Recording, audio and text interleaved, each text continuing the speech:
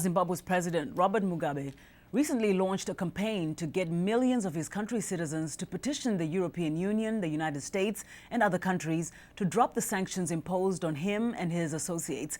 Those sanctions are for human rights violations and other alleged crimes. Now, some Zimbabweans who came to the US recently to circulate the petition say there's wide support. President Robert Mugabe was the first to sign the petition in March. He and his party hope some 2 million Zimbabweans will also sign on before presenting it to embassies of Western countries. Assets freezes and travel bans have been placed on Mr. Mugabe, his wife and several of his associates. But President Mugabe insists the 10-year-old sanctions are illegal and an attack on all Zimbabweans and their way of life. I therefore do hereby append my signature to register my protest at the said illegal sanctions. President Mugabe urges citizens to boycott products by the Western companies, and he also threatens to completely nationalize all companies, essentially forcing out foreign-based businesses. We must take them over. The indigenization law demands 51% black ownership of companies with a net worth of more than $500,000.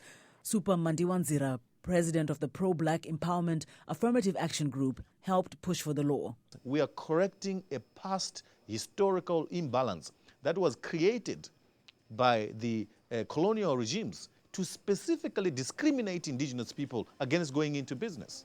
Mandiwanzira disputes critics of the indigenization law who say it drives away foreign investors. There's a growing realization among the foreign investors themselves that, you know what, half a loaf is better than none. If I go in for 49%, I can still make a hell lot of money in a country that has resources such as gold, diamonds, platinum, chrome, copper, zinc.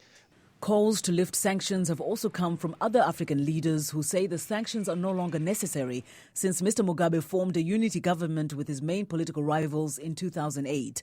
But officials in the US and the EU say not much has changed and recently extended the sanctions for another year with a few adjustments.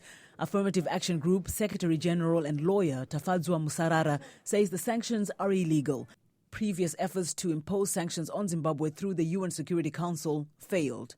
Only when a law-breaking state, poses a great danger to peace and stability and economic interest of others. That's when the United Nations, through the normal process of the voting the Security Council, sanctions are imposed on a country. But in this case, we all know that America went that route and that decision was vetoed.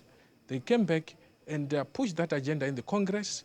Musarara says the more than 500 signatures they collected from Zimbabweans during a recent U.S. visit prove the anti-sanctions sentiment is strong, and they want the U.S. to see the petition as proof. We're handing over to the leaders of the Black Caucus in Congress and the leader of Senate, to President Obama and the civil rights movement and any other institutions that we think are relevant in facilitating the removal of these sanctions.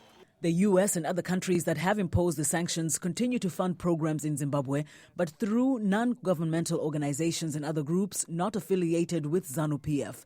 Elphas Mashaba, the Affirmative Action Group's Treasurer General, says that is wrong. We want everything to come through direct to government and be deliberated accordingly. So what is happening now is totally anarchy, so far as the Western governments are concerned. The issue of sanctions has caused tension between President Mugabe and Prime Minister Morgan Tsvangirai and his party. Mr. Mugabe accuses Tsvangirai of not doing enough to pressure Western countries to drop the sanctions. The Affirmative Action Group says that if the sanctions are dropped, Zimbabwe will prosper due to the access of credit and Western businesses that is currently restricted by the Zimbabwe Democracy and Economic Recovery Act, or ZIDERA, signed by former President George W. Bush.